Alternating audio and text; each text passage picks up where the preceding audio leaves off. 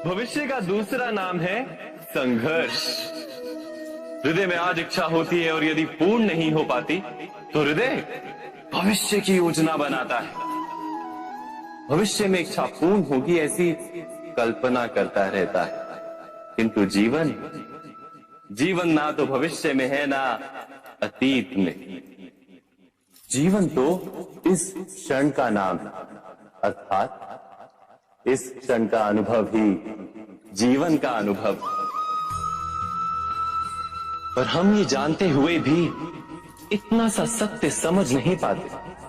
या तो हम बीते हुए समय के स्मरणों को घेर कर बैठे रहते हैं, या फिर आने वाले समय के लिए हम योजनाएं बनाते रहते हैं और जीवन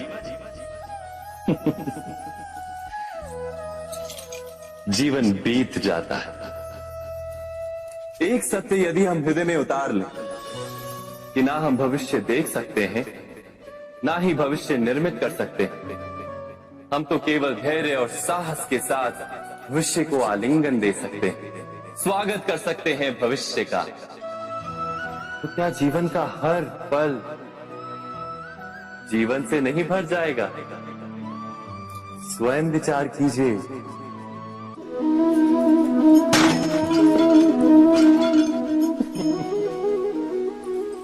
कभी कभी कोई घटना मनुष्य के जीवन की सारी योजनाओं को तोड़ देती है और मनुष्य उस आघात को अपने जीवन का केंद्र मान लेता है। पर क्या भविष्य मनुष्य की योजनाओं के आधार पर निर्मित होते हैं? नहीं। जिस प्रकार किसी ऊंचे पर्वत पर सर्वप्रथम चढ़ने वाला उस पर्वत की तलाई में बैठकर जो योजना बनाता है, क्या वही योजना उसे उस पर्वत की चोटी तक पहुंचाती है? नहीं। वास्तव में वो जैसे जैसे ऊपर चढ़ता है वैसे वैसे उसे नई नई चुनौतियां, नई नई विडंबनाएं, नए नए अवरोध मिलते हैं।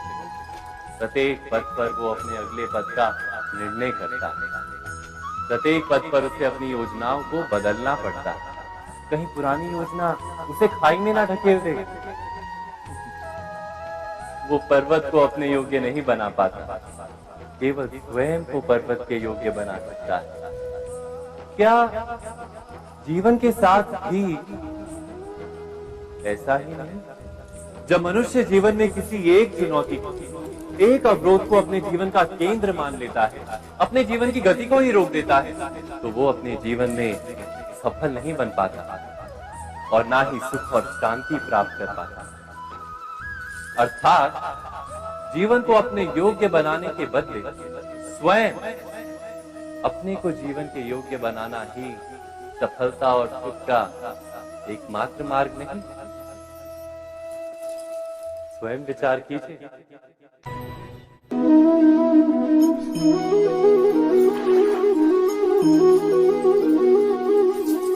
पिता सदा ही अपने संतान के सुख की कामना करते हैं, उनके भविष्य की चिंता करते रहते हैं।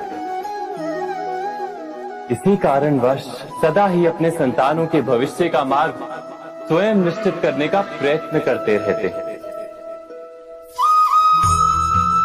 जिस मार्ग पर पिता स्वयं चला है, जिस मार्ग के कंकर पत्थर को स्वयं देखा है, मार्ग की छाया, मार्ग की धूप को स्वयं जाना है, उसी मार्ग पर उसका पुत्र भी चले, यही इच्छा रहती है हर पिता की।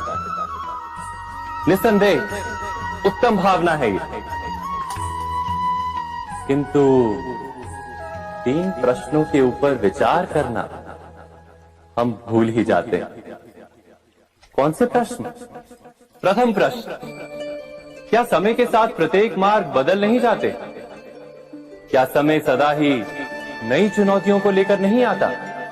तो फिर बीते हुए समय के अनुभव नई पीढ़ी को किस प्रकार लाभ दे सकते हैं? दूसरा प्रश्न, क्या प्रत्येक संतान अपने माता पिता की छवि होता है? हाँ, संतानों को संस्कार तो अवश्य माता पिता देते हैं, किंतु भीतर की क्षमता तो ईश्वर देते हैं। तो जिस मार्ग पर पिता को सफलता मिली है, विश्वास है कि उसी मार्ग पर उसकी संतानों को भी सफलता और सुख प्राप्त होगा। तीसरा प्रश्न, क्या जीवन के संघर्ष और चुनौतियां लाभकारी नहीं होती? क्या प्रत्येक नया प्रश्न एक नए उत्तर का द्वार नहीं खोलता? तो फिर संतानों को नए नए प्रश्नों, संघर्षों और चुनौतियों से दूर रखना, ये उनके लिए लाभ करना कहलाएगा या हानि पहुंचाना? अर्थात जिस प्रकार संतान के भविष्य का निर्माण करने के बदले उसके चरित्र का निर्माण करना श्रेष्ठ है, वैसे संतानों के जीवन का मार्ग निश्चित करने के बदले उन्हें नए संघर्षों के साथ जूझने के लिए मनोबल व ज्ञान देना अधिक लाभदायक नहीं होगा? स्वयं विचार कीजिए।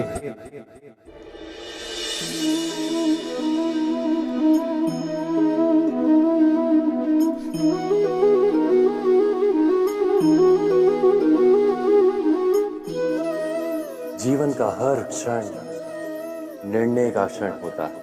प्रत्येक पद पर दूसरे पद के विषय में कोई निर्णय करना ही पड़ता है, और निर्णय अपना प्रभाव छोड़ जाता है।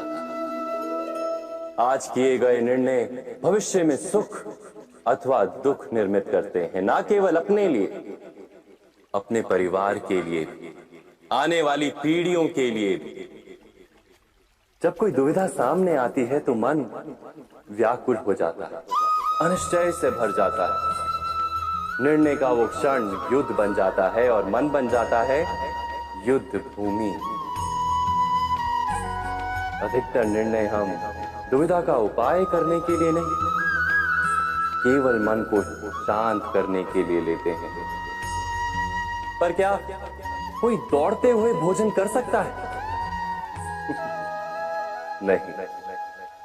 तो क्या युद्ध से जूझता हुआ मन कोई योग्य निर्णय ले पाएगा?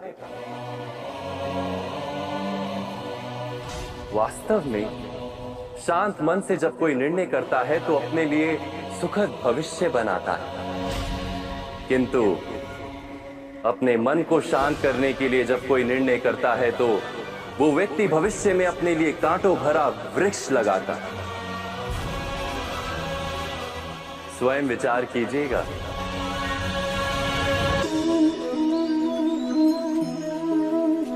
सबके जीवन में ऐसा प्रसंग अवश्य आता है कि सत्य कहने का निश्चय होता है हृदय में, किंतु मुख से सत्य निकल नहीं पाते। कोई भय मन को घेर लेता है। किसी घटना अथवा प्रसंग के बारे में बात करना या फिर स्वयं से कोई भूल हो जाए उसके बारे में कुछ बोलना, क्या ये सत्य है? नहीं, ये तो केवल तथ्य है। अर्थात जैसा हुआ था वैसा केवल बोल देना सामान्य सी बात है। किंतु कभी कभी उस तथ्य को बोलते हुए भी भय लगता है। कदाचित किसी दूसरे की भावनाओं का विचार आता है मन, दूसरे को दुख होगा ये भय भी शब्दों को रोकता है। तो ये सत्य क्या है? क्या हमने कभी विचार किया है? जब भय रहते हुए भी कोई तथ्य बोलता है तो वो सत्य कहलाता है। वास्तव में सत्य कुछ और नहीं, केवल निर्भयता का दूसरा नाम है। और निर्भय होने का कोई समय नहीं होता, क्योंकि निर्भयता आत्मा का स्वभाव है। अर्थात क्या प्रत्येक क्षण सत्य बोलने का क्षण नहीं होता?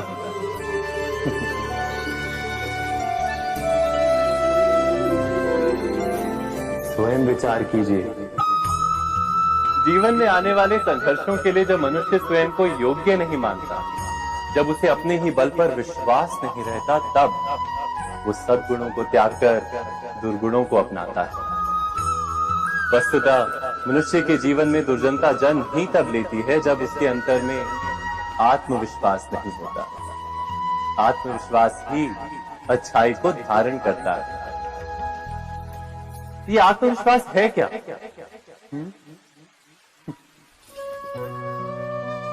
जब मनुष्य ये मानता है कि जीवन का संघर्ष उसे दुर्बल बनाता है, तो उसे अपने ऊपर विश्वास नहीं रहता। वो संघर्ष के पार जाने के बदले संघर्ष से छूटने के उपाय ढूंढने लगता है। किंतु जब वो ये समझता है कि ये संघर्ष उसे अधिक शक्तिशाली बनाते हैं, ठीक जैसे व्यायाम करने से देह की शक्ति बढ़ती है, तो प्रत्येक संघर्ष के साथ उसका उत्साह बढ़ता है। अर्थात आत्मविश्वास और कुछ भी नहीं, मन की स्थिति जीवन को देखने का दृष्टिकोण मात्र है, और जीवन का दृष्टिकोण तो मनुष्य के अपने वश में होता है। स्वयं विचार कीजिए।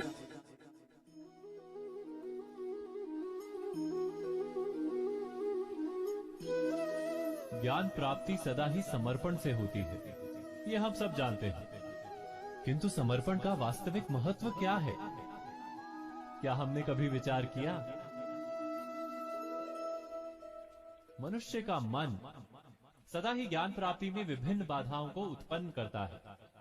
कभी किसी अन्य विद्यार्थी से ईर्ष्या हो जाती है, कभी पढ़ाए हुए पाठों पर संदेह जमता है, और कभी गुरु द्वारा दिया गया दंड मन को अहंकार से भर देता है। नहीं, क्या ऐसा नहीं होता? न जाने कैसे कैसे विचार मन को भटकाते हैं, और मन की इसी अयोग्य स्थिति के कारण हम ज्ञान प्राप्त नहीं कर पाते। मन की योग्य स्थिति केवल समर्पण से निर्मित होती है। समर्पण मनुष्य के अहंकार का नाश करता है, ईर्ष्या, महत्वाकांक्षा आदि भावनाओं को दूर कर हृदय को शांत करता है और मन को एकाग्र करता है। वास्तव में ईश्वर की सृष्टि में ना ज्ञान की मर्यादा है, ना ज्ञानियों की। गुरु दत्तात्रेय ने तो गाय और श्वान से भी ज्ञान प्राप्त कर लिया था। अर्थात विषय ब्रह्म ज्ञान का होगा, या जीवन के ज्ञान का, या गुरुकुल में प्राप्त होने वाले ज्ञान का, उसकी प्राप्ति के लिए गुरु से अधिक महत्व है उस गुरु के प्रति हमारा समर्पण। क्या ये सत्य नहीं? स्वयं विचार कीजिए।